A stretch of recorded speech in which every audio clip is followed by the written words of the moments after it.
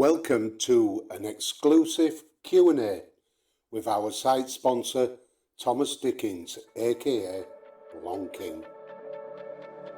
The darkest sorrow veils a star, but a star won't shine without a source of light. I fade away into the night, defeats our steps on which we climb, but all my thoughts are gloom, so how can I rise? Just wander through the hills of time. How I adore your every move, your every thought, your every word is true. Most painful thing I've known is watching you go on. Most painful thing I've seen is watching you leave me.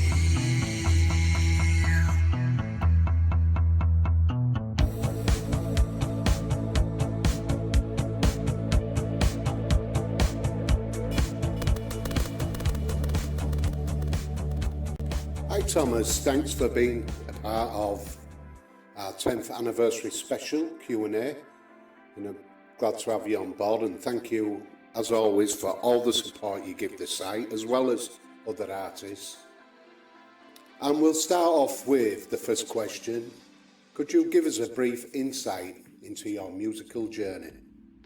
As a kid, my parents didn't really want me to spend a lot of time listening to pop music. That wasn't a thing in our house. So I grew up listening to a lot of classical music, a lot of opera, and my mom would talk to me a lot about the music that we were listening to, and she would help me understand, well, this is a cello, this is a violin, this is a viola, this is that. Listen how the two instruments work together, and we spent a lot of time just listening to the music and understanding the delicate balance the instruments would have and how they would work together. And I think as I started gravitating towards music that I liked, as I started becoming a teenager, I started listening for that uniqueness and that interesting sound, which is how I got into listening to bands like Depeche Mode or New Order, The Cure.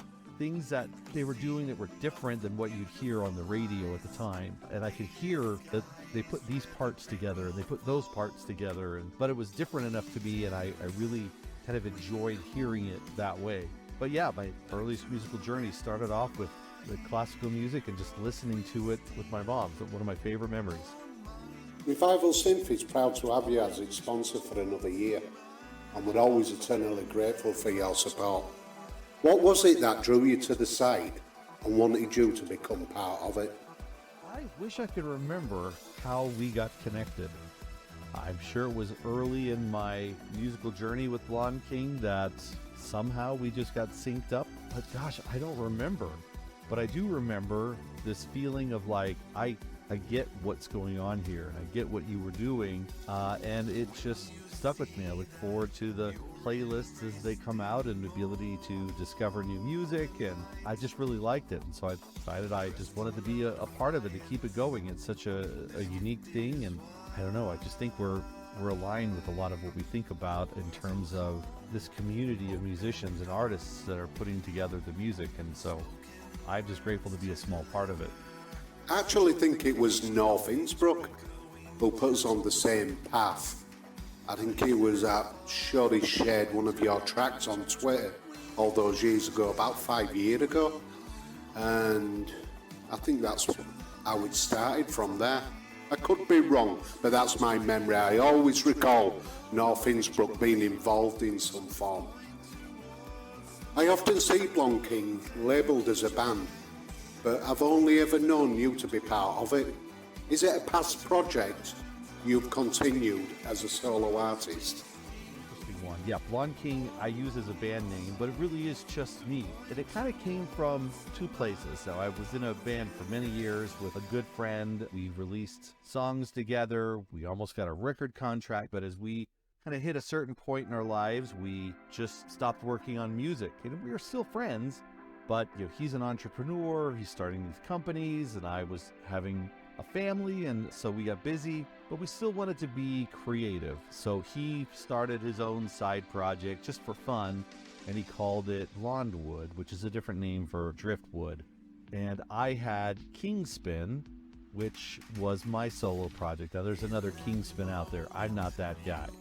But I had Kingspin I was doing some music for, but we were just doing it as a hobby at that point. But we kept talking, and we're like, we've got all these songs that we've written. Some we'd written together, some we'd written apart that we'd never really produced out. And we talked about getting together and producing them. And I had the idea, like, hey, let's just mash our two names together. So we took Blonde and King and came up with Blondeking. But again, life got in the way. We just really could never get that off the ground, but I had the name. I remembered something that I had read a long time ago about the lion, the king of the jungle, being called the Blonde King. And I had been thinking about just finally taking charge of my life and my musical journey. And I thought, I should be the king of my own jungle. And at that point, it kind of hit me. Blondeking is about me taking charge, not waiting for my musical partner, and just doing something about it. That's why I ended up using the name Blondeking. You used the phrase indie retro forward as your genre. How would you describe that sound? Indie retro forward. I mean, I guess I am independent. I'm not really tied to any specific thing, and I know indie's used in a lot of different ways, but I do think of myself as indie in regards to I just do what I want to do. Retro forward, I think, comes in the fact that I'm using modern techniques and tools, maybe more, to do the music, but the retro kind of goes back to, I still think about music production and songwriting the way I did when I released my first record at 15. I probably haven't matured beyond that, so I'm not really modern. I don't have those vocal affectations that a lot of modern artists have. I'm clearly firmly rooted in the past way of music being, and I'm often told, like, wow, that could have come out of the late 80s, or I could have heard that in the 90s. That maybe I'm just stuck in the past, but I do try to do lots of different things. I'm also not one particular sound. One of the things I love about some of the bands I like that I've grown up with is that they don't always do everything the same. And look at The Cure, for example. They didn't stick to the same sound album after album. You knew it was them, but Love Cat sounds completely different than Fascination Street. Same thing with bands like New Order. Could be all guitar, could be all synth, could be a mix of the two. And I think there's a root in that thinking that I also try to put into my musical productions, where I tend to be really synth oriented. That's mostly what I play, but yeah, I think I just put all those things together, and it tends to be maybe what I think of as a retro way of doing that, but with modern tools and techniques. What artists would you say influenced you as a person and became part of the Blondeking DNA? Yeah, it's funny. I hear all the time, hey, that sounds like New Order. And it's true. New Order is a huge influence. In fact, my number one favorite song in the whole world, top of my list, is Everything's Gone Green. I love that song. I could listen to it, my eyes closed, headphones on repeat forever, and never get sick of it. It's my favorite song. And for a lot of different reasons. But I'm influenced by a lot of different artists. I grew up listening to Frontline Assembly, Ministry, The Smiths, New Order, The Cure, Throbbing Gristle, lots of different bands, Cabaret Voltaire, from a lot of kind of the wide berth of alternative music. But still love like Thompson Twins and Human League and a lot of that, especially synth music. All of those things come together to make Blondeking. I think you can hear a lot of those influences. I sometimes sneak in references to other songs or things into my music to pay homage to a band that I like or something that I really loved. But yeah, I mean, those are really my influences. A lot of the early mid-'80s electronic bands, or maybe not electronic, but alternative bands, were biggest influences on me. Indie artists of all genres go through all kinds of challenges in trying to break through a concrete wall within the music industry. What challenges did you encounter, and how did you overcome them? Yeah, I mean, I don't know that I've overcome them. I don't think Blondeking is intended to get big. I mean, it'd be great, but I think I'm mostly doing it because I need that creative outlet, and I want to share my music with people. I would love it if a lot of people listen to my music. and enjoyed it and liked it, but I know that money isn't the thing. For me, it's more about just sharing the music and hopefully finding an audience. But, when I was younger, that was definitely the challenge. We didn't have social media to really help push us back then. And so it was a lot of hard work to try to break through. And when we finally got into talks with the majors, it was interesting how that all came about. And ultimately, we decided not to go forward with a major label record deal. I had a friend who had gotten signed, and he told me his story, and it sort of just opened my eyes to, this is going to be really tough. And I have to be really okay with it completely falling apart and being a thing that I could ever do again. It's kind of the nature of the way contracts worked back then. So I don't know that I've really overcome the challenges. It is really, really hard. But persistence is key. We got to that level because we were really persistent and we were creative in our approach to how we found an audience and how we got the attention of the labels. Your latest releases are the singles In That Moment and Most Painful Thing. And I read that you get nervous when submitting your new songs to playlist curators. Why is that? I think I'm nervous in general about my music because I don't really know how to gauge my music. I like what I produce well enough, but I also am self-aware enough to know that I don't sound like modern music, and so I think I get self-conscious. Also, I was never the front man of the band. That was my musical partner's thing. I loved being the guy in the background that produced all the music and did all of the arrangements and worked on the songwriting, but I never really wanted to be up front. That was his job, and he was great at it. I kind of liken it to the Pet Shop Boys West End Girls when Chris Lowe is kind of ghosted in the background, Neil Tennant up front, and then Chris Lowe's kind of in the back, kind of see-through. That's how I saw myself. Like, I just didn't want to be up front. And so I do get nervous because I feel very self-conscious about my singing. I'm not a great singer. I feel like I sound very vanilla or just boring in the way that I sing. Some of that's confidence related. And the feedback that I get sometimes is like, oftentimes I've gotten lots of feedback. Oh, the music's pretty good, but the singing is the worst thing I've ever heard. I've heard, I'd rather have listened to a half hour of nails scratching on a chalkboard to the voice. So you sort of feel like, oh no, it's like, it's hard to kind of get that feedback sometimes. And I mean, rightfully so, it's probably all true. I mean, clearly they feel that way. It's subjective, right? But it's a little bit nerve-wracking because I'm not very confident that way. Like, I feel pretty confident at the music side of things, but top-line vocals, that's something I wish I were better at, but I'm nervous. I am a very nervous singer. What is the story behind In That Moment?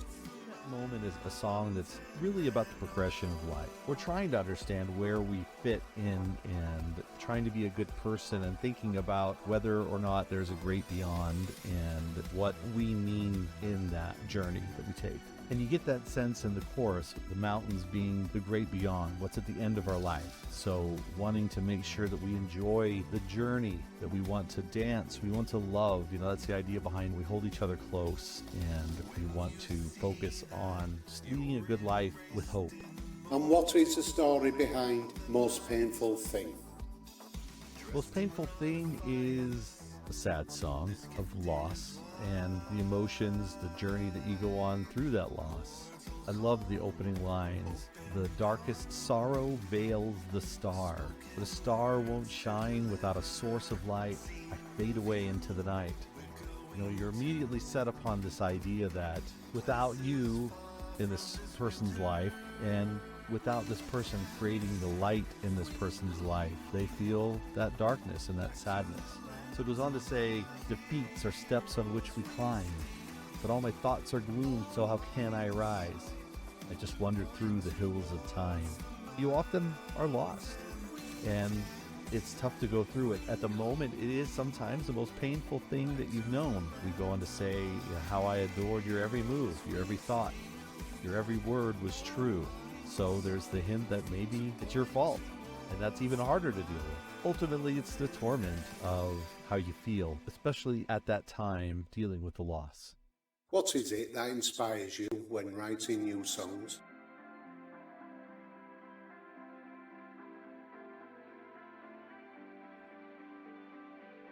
I get inspiration from lots of places. It could be from something that happened during the day at work, or something that I've read about or seen or experienced or felt.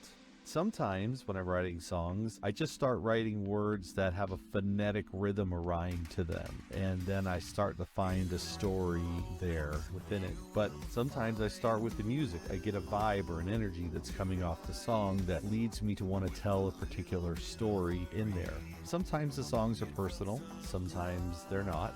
Oftentimes when I write songs that are kind of depressing or sad, my wife is like, "Did you write that song about me?" And no, I do not write songs like that about my wife. I did write one song that I've released about the experience of us kind of meeting and falling in love, and that's the song Silent and Awake.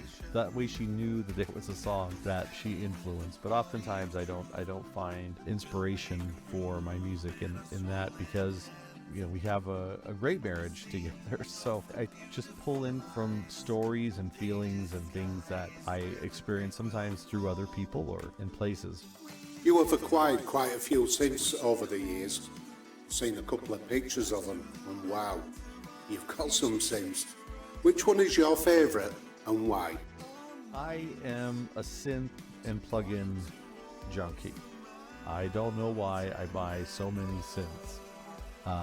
But it's just fun to try new things, and probably comes from in my early days. I really couldn't afford a lot of synths. I started with the Casio MT40 as my first keyboard. Eventually got a Korg Poly 800 and Korg DW8000 and a Yamaha DX9 and a couple of other synths. I had an Elka and a few others in the early days, but my favorite keyboard that I've acquired over the years is a kind of a rare one. It's a 360 Systems digital keyboard, and it has ROM chips that you snap in to get all the sounds. It was very expensive, maybe a little bit like a digital version of a Mellotron. I think it was often used in movie soundtracks, and I was recording in a recording studio. I think this was late 80s, and by then we didn't really need that style of writing. We had emulators, and so this was from 1982, the 360 Systems, and they were basically just like, we're getting rid of this thing. I remember the engineer Pete Leone was like, I've even got the piano sound. It was $1,000 just for the piano ROM chips, so here you go, and he just let me have it. I think maybe I had to pay a little bit for it, a couple $100 or something like that, but it just had a unique and interesting sound. And because it was so rare, I had never seen one before. I've never seen one again. I don't use it very often. That's really my favorite thing that I own. As far as like synth libraries, I tend to love synths by Cherry Audio, Arturia, the Roland Cloud, Native Instruments. If you make a synth, I probably own something that you've made. If you make a plugin, I probably have your plugins, but I've been really impressed with the Cherry Audio synths lately. They are, and I'm not saying that, not sponsored, they just can't beat the price and the interesting and realistic emulation of these sounds. They just do a really good job. Be honest, Thomas. Have you stood at a synth and pretended to be a famous musician? Heck yeah. No doubt, absolutely. I have wanted to be Alan Wilder forever. I feel like he has just an amazing thought process behind the creation of sound and orchestration. And maybe I don't necessarily understand everything that he did in Depeche Mode, but I feel like the sound of Depeche Mode became so much more lush and unique with his inspiration in the band. So yeah, I have definitely stood at a synth and wished I were Alan Wilder. So I think you remember thinking when I was younger, Wilder is a family name on my dad's side, and I've just always hoped that somehow we could connect our genealogies together. Definitely, yeah. I have done this, and I probably still kind of do that kind of a thing because, yeah. Congratulations on your nomination from Radio Wigwam's 2022 awards. What were you nominated for, and did you win? Yeah, that was kind of a surprise, Radio Wigwam and the nominations. They put me in the Best International Male Artist category. And when I first saw it, the artist got cut off, and so it said Best International Male. And I was like, whoa, it's like a modeling thing? Like, I must be super handsome or something. But no, it was for the music.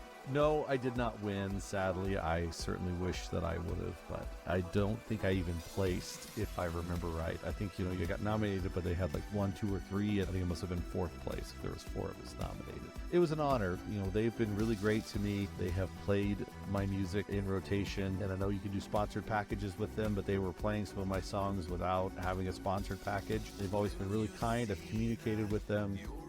I have a lot of respect for Radio Wigwam in the community.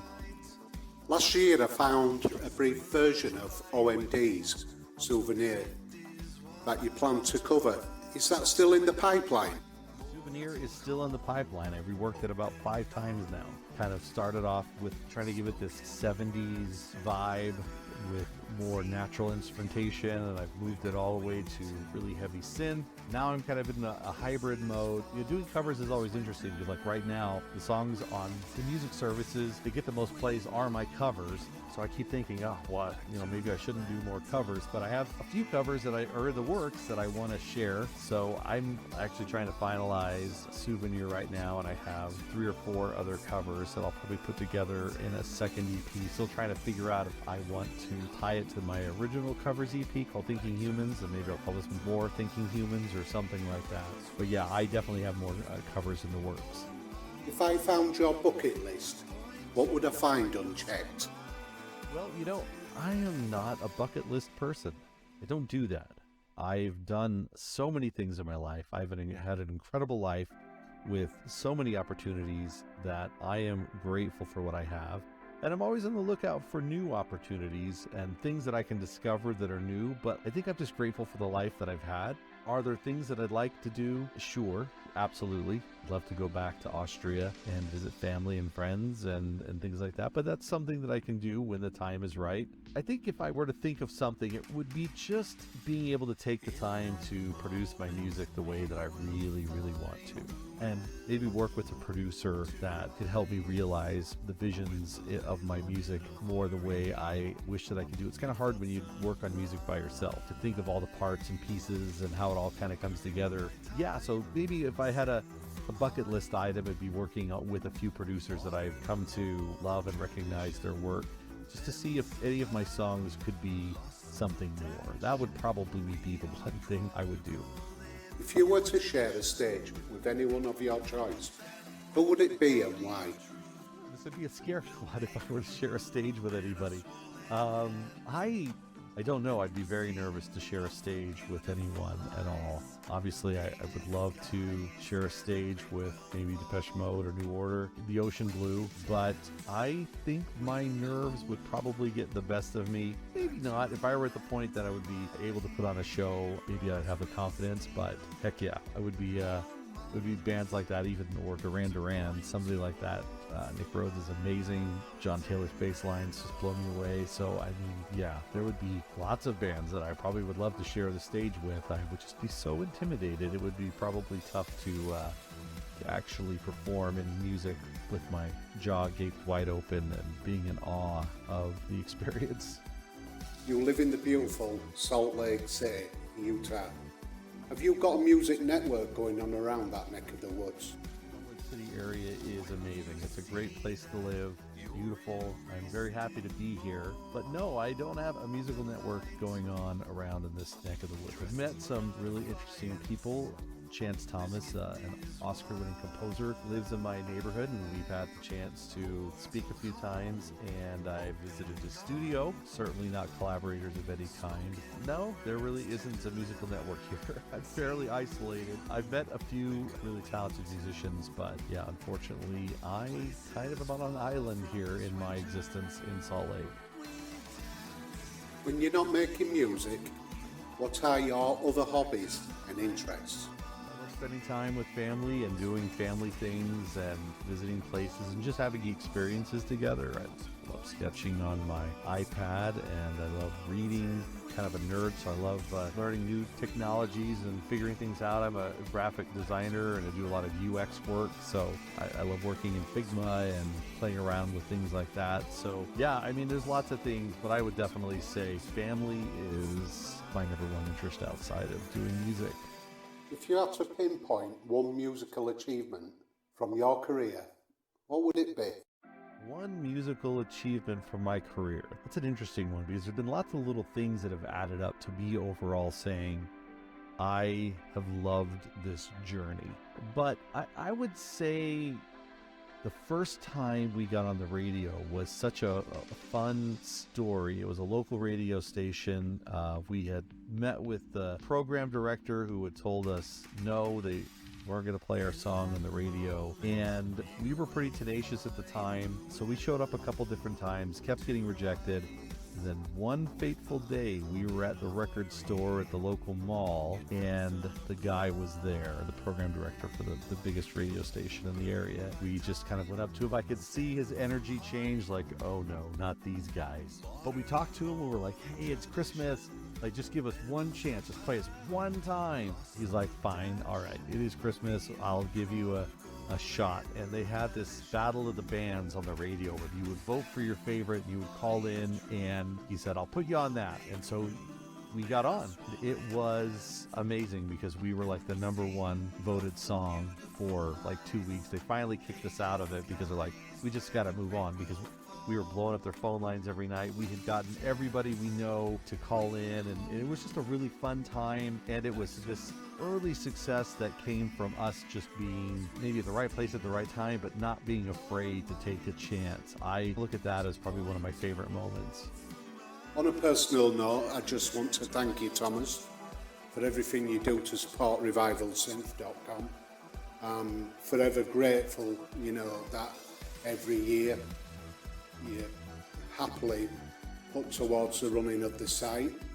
I never look for any help from anybody regarding the running costs of the site. It's optional, always has been. I'm not one of those, like so many out there, who are just out to make a quick buck out of already struggling artists. So for somebody like yourself to come forward and help out, it's very heartwarming, and I'm very, very, very grateful. So I'd just like to finish off anyway, Thomas, with a massive thank you. And is there anything further you would like to add?